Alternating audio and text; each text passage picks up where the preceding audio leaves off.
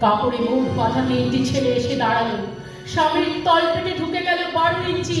ওপর থেকে নিচে নিচে নেমে ডান দিকে যাকে বলে এল। পড়ে রইল খাবার। চিলি ফিস থেকে তখনও ধোঁয়া উঠছে। এর নাম রাজনীতি বলেছিল পাড়ার লোকেরা। বিয়েতে 51টা শাড়ি পেয়েছিল মেয়েটা। অষ্টমঙ্গলায় ফিরে এসে আরো 6টা।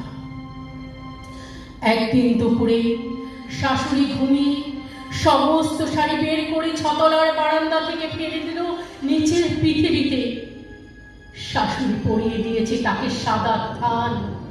19 বছরের একটি মেয়ে, সে একা।